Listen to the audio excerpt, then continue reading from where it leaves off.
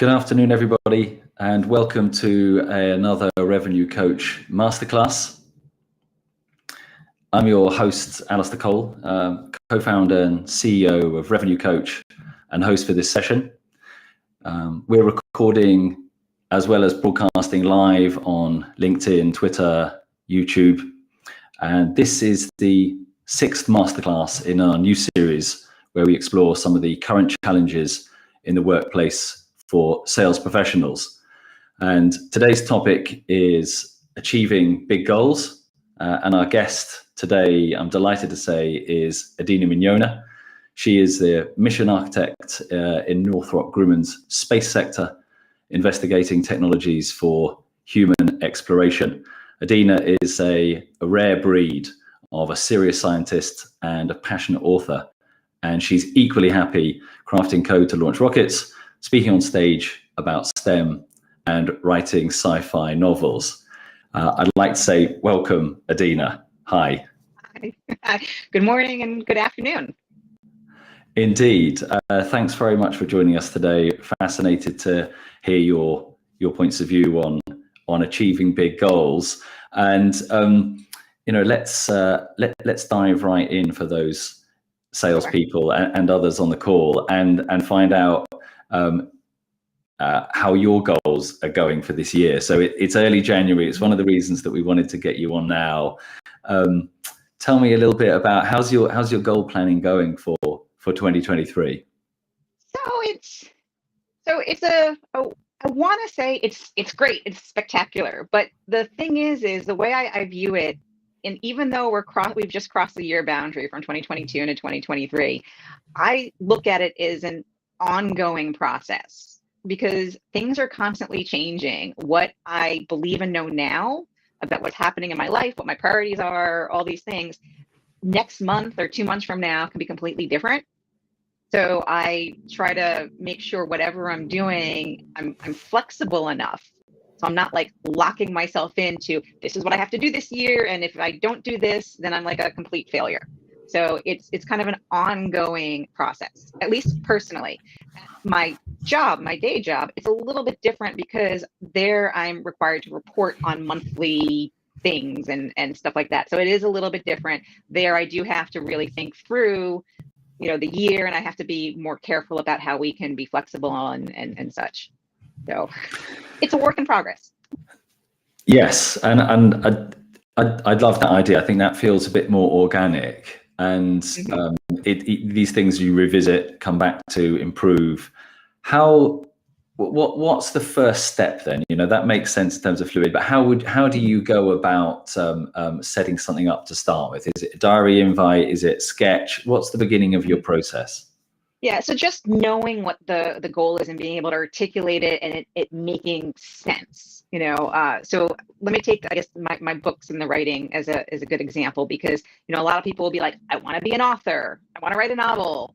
And these are wonderful, big, great things. And you can articulate it, but then, so articulating at that level is great to start with, but then it's immediately, you have to do something with that. You can't just write down in 2023, I'm going to be an author, and then not break it down or do something with it, because nothing is going to happen. It's nice to have a goal, but you need kind of like I'll call it an action plan to go with the goal. Well, that feels like a great big, hairy goal, be it write a novel for the year. And I really want to I'm keen over the next 25 minutes to unpack all that. That's really cool. Tell me about a recent big goal that you achieved, either in your writing or at work. Paint a picture for us of something that. Well, so this is the recent one. I have a book series out, and this was book 3. So book 3 came out at the end of November. So I would say that's the. Any novel, even though it's not my first anymore, is still a big goal because it's work. It's stuff that's got to do. I can't just say, oh, I'm going to write book 4. You still have to have a plan on how to get it done. And so, and it's different. It is different now on my 4th versus my first. And, because the first one, I spent 2 decades, writing but not publishing and not getting stuff really out there because I wasn't finishing. And there's a lot of reasons as to why I wasn't finishing. And part of it was hopping from project to project. But at some point, I think it was in 2019, is when I kind of had a talk with myself. I was like, Dina, if you want to get something done, you have to finish one of these projects. Pick one to finish. And so I did. And that's what became this series. And actually, I had this thought for a long time, this probably, this wrong thought, that a novel, especially science fiction novel, had to be like 100,000 or 120,000 words.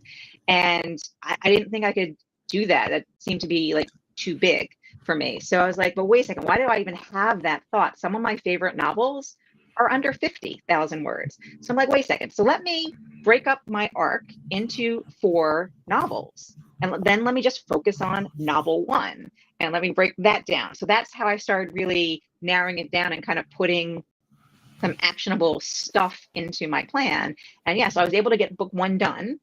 And then from here on out, so now I'm still working on that same series. I'm on book 4. And so what it looks like right now is I'm able to set a deadline for myself, meaning I've actually set it up as a pre-sale on Amazon.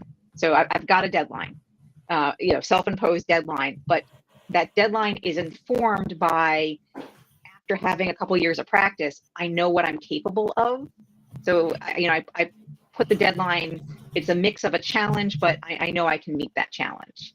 And then from there, I break it down. I know how much time I need to do the production part of it, put it together. I know how much time my editor needs. I know how much time I need to just write, So it comes from experience, breaking down your goals also comes from knowing yourself and experience and experimenting, with how you can and do work. Yeah, I love that you effectively got to. So one of my questions was, a major setback that you had, and it sounds like trying to eat the whole book, and you've realised that you can break it down, which makes sense. I think a lot of the time we have these assumptions, don't we, that has to be in our what we originally pictured, but it doesn't. So right.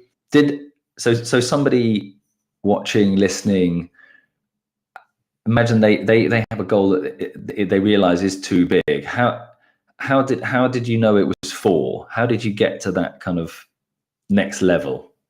Yeah, so how did I know it was 4? I'm not 100% sure I even know how to answer that, because I'm not really sure how I figured that out originally, and I figured that out now 2 or 3 years ago. I would just say it felt right, and it has continued to feel right, because so for that one, that's it. Yeah. But you in breaking it down, there's a lot of different ways people can do it, and one of the ways I recommend, for people who are not used to this, not used to setting goals for themselves, not used to breaking them down, I recommend just, what can you do tomorrow, that is along the path towards your goal. Don't worry about the whole year. Forget the whole year. Forget even the whole month. What can you do tomorrow? And maybe tomorrow is spending 15 minutes writing. Maybe tomorrow is spending 15 minutes planning or research, whatever it is. Just start really small, just to get some little wins. And I think that's kind of when you start feeling better about the bigger goal. It's like, you realize you can do little pieces. Because planning out a whole year can be overwhelming to a lot of people. So and again, I have to do that, say, at my day job. I don't have to do that for some of these other things. So I'm not forcing myself to do it. So right now, my writing life is only planned till this 4th book comes out, which is going to be May. I have a notional idea of what I want to do after that, but I'm not worrying about that now, because I have no reason to worry about that now. That's later goals. And I think that's really useful for, sales professionals and all kinds of professionals. I think sometimes I've had it in the past where I've been paralyzed because I've not been able to finish my plan for the year. Actually, it might, sometimes it takes a few weeks for that plan to kind of crystallize. And actually, if you take those early steps, it's a bit like joining the freeway, joining the motorway. You have to kind of ease into it and be okay that maybe the year plan isn't ready until later on, in January or in February or in March, wherever. Right. So I think that's good advice, those early steps. You talked about each of those books being then achievable, but also still a challenge. What are your thoughts on, because we read a lot in the press about people saying 10x and you should shoot for the moon and pun intended, and go for something unachievable. What are your thoughts on setting achievable or unachievable goals? Yeah, you have to, I've read a lot of those myself, and those are nice. They might be a little inspirational, but at the end of the day, like, you have to ask yourself, is this getting you where you need to be? So when I read articles like that and such, sometimes, like, I'll take a little nugget, like, do this a little slightly differently or such. But I think don't spend all your time reading those articles or looking at that advice. Just spend more time on working on your own stuff. And again, even if that is 15 minutes a day to, kind of, I'll use the phrase, move the needle a little bit. Yeah. The other thing I want to say actually about that with the whole planning out the year, and because I mentioned my day job and how I have to plan out the year, is like, so some of us, we are, because other people are requiring us to do stuff. I will still, as much as possible, within the bounds of what I have to do to satisfy my managers and my bosses, still be as vague as I can later on. Because again, I know, especially with the work I do, how much stuff changes over a year, how priorities change, how our business needs change. So I really try to, focus on, let's get detailed planning done for like the next month. And let's be vague about later, and we'll detail plan later for later. And I do that as much as I can, because I've seen over the years so many times, people put together a plan for a whole year, but then come November, things are so different than they were back in January. And in fact, I mean, I was involved in a meeting yesterday where we were talking about continuing some work from 2022, and I was the voice of no, because so much has changed. But a lot of the engineers were like, but we've already done so much work. We planned to do this work. We have to finish the plan. Like, no, we don't, when things have changed. So, yeah. The fluidity, I think, it's an ongoing thing. So it's really, for me, it's about checking in on a regular basis and seeing what's and I think a lot of people find that hard, because it's a very kind of agile way of working, and you're kind of committed to your previous things that you wrote down, and actually it's difficult to change. So obviously that's harder to do when you've got other people in the room with it. But in terms of your writing, when was the last time you adapted, or there was a big change, or can you describe that, where you had to rethink and replan? Well, I can say that right now on book 4, I'm adapting as we go. When let's see, so today's the 12th, so 2 weeks ago at the start of the new year, I really planned to get a certain quantity of words written in January. And already I'm off pace, and because life happens, because, I've had a sick, child, and it affects my sleep. And if I don't sleep, it's hard for me to, write in the morning. So I'm already off pace. So I'm already kind of, modifying my own expectation of what I'm going to get done in January.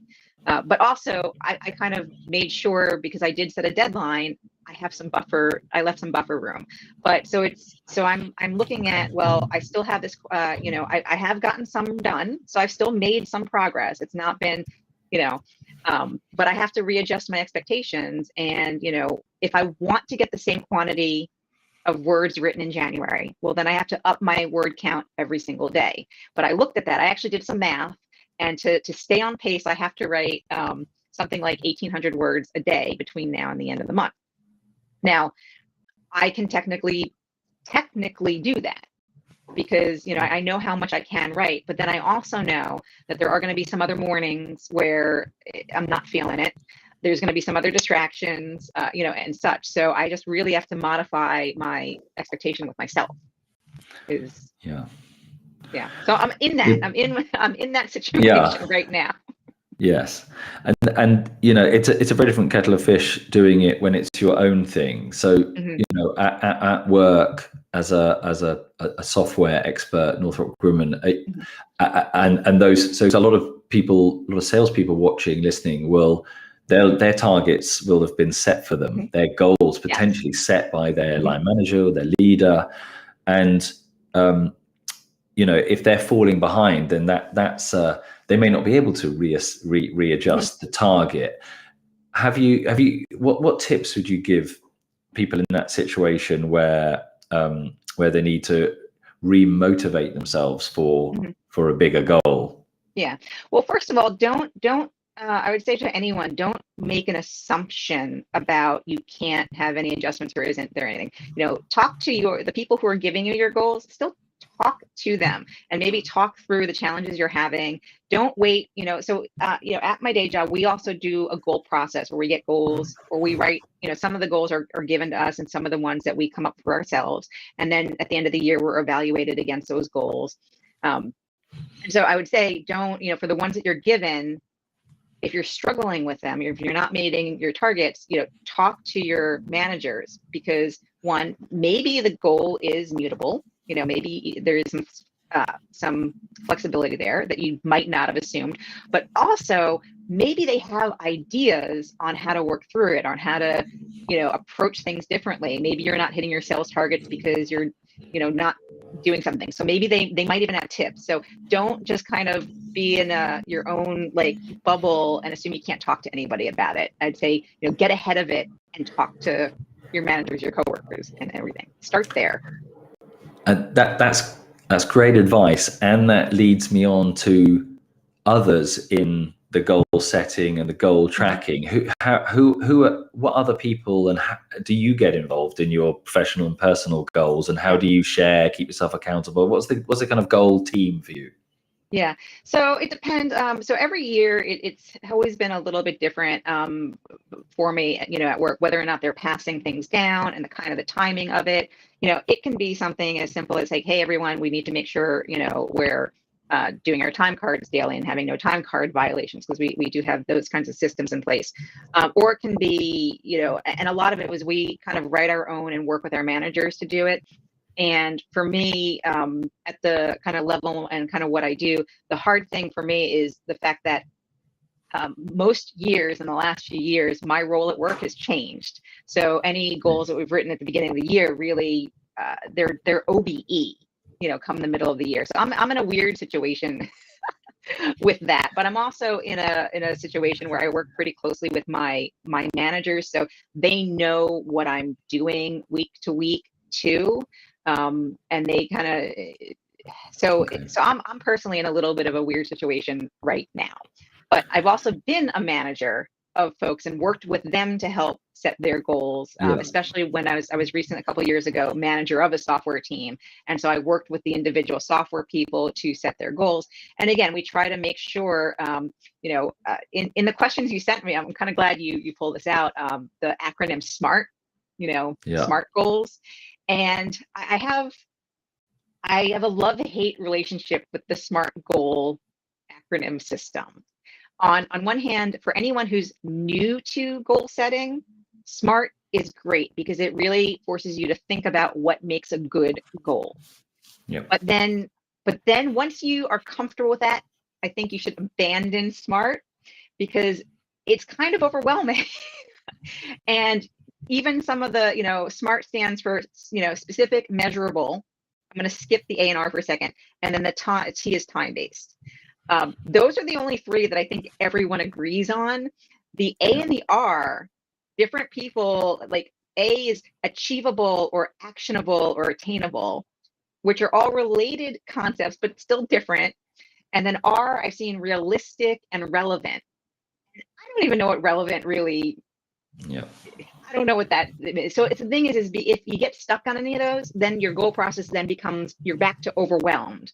So if you're in that situation, then abandon SMART. But if you're just starting to thinking about it, to understand the specific, measurable, and time-based, I think those three are very important. So I would work with the individuals depending on the projects they're working on to make sure that they are specific, make sure that there's a time associated with it, Yeah, a lot of people will have heard of that and maybe being forced to use it, or maybe they're using it. And I think, as you say, as you evolve and grow, is there something else you use, or do you just use your own kind of, feelings for how to set them now? Yeah, at this point, I think I kind of alluded to at the beginning. It's micro goals. I really like to break it down. So again, in the context of the book, since that's easy to explain, I have a date. I know when the raw draft needs to be done. So I know in order to get to that date, how many words a day I have to write. So which really breaks it down for me on a like day by day basis, what I can do each day to get there, with some flexibility, knowing that my days are not always going to be exactly the way I want my day to go. Yeah. And how far down do you go in terms of writing them? So as you're breaking it down, how much of that do you commit to paper, and how much of it, where does the line stop where it just ends up in your head? Yeah, so that I guess goes into the next part is like you might have a goal, right? I might have like say tomorrow morning I want to write 1,000 words. Cool, but what 1,000 words? So now you kind of have to have a plan of, so that there's kind of like this other level of planning is like, well, what am I actually doing? I say I want to write, but what am I writing? So yes, I know I'm working on this book. So even before I start writing, there was a phase where I was outlining and doing some planning. So now like that writing, like, so my day-to-day goals kind of align with the, well, first I need an outline, then I kind of like need a scene list, and everyone for book writing, everyone's process here is going to be different. There are people who don't outline, there are people who outline in way more detail than I do. Everyone's different, but there's then kind of like that whole, knowing what I'm doing beyond just I have to write 1,000 words tomorrow, if that makes sense. Yeah, that absolutely does. And like say, well, I guess I can, in putting it in terms of, sales, if you're trying to, I want to sign up. Well, and again, to some degree, I'm a salesperson too, because I'm trying to get people on my newsletter and things like that. So let's say tomorrow I want to get 10 people on my newsletter. Okay, that's the goal. But then there's still more like the action plan for, how am I going to do that? What am I doing to do that goal or to achieve that goal? If that makes sense.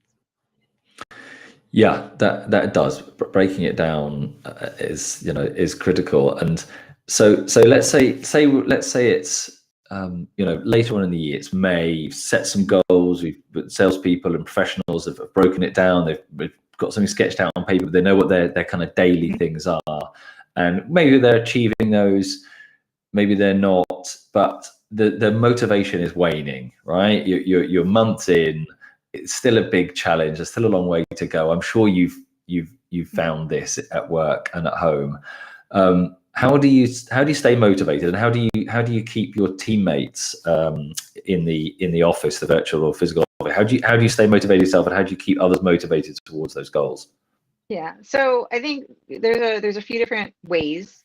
And I think at home doing my writing is a little bit easier because the simple thing there is take a break. Maybe work on something else for a week, or work on nothing for a week, So obviously in my personal life with my writing, since I'm in full control, that's easy, right? At work, that's a little bit harder to do.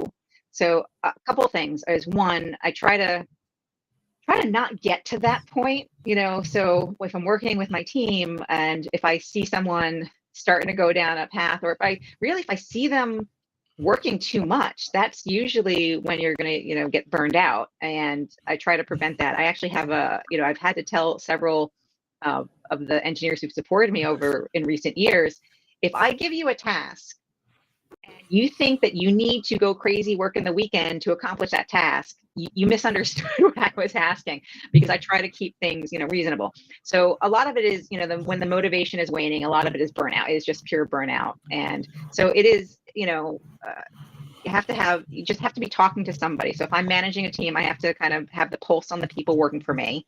If I'm the worker and I'm starting to feel it, again, don't keep it to yourself. Talk to your manager and say, hey, I'm, because sometimes, if someone were to come to me on my team, say, Adina, this task is like dragging me down. Well, we have at least so much work.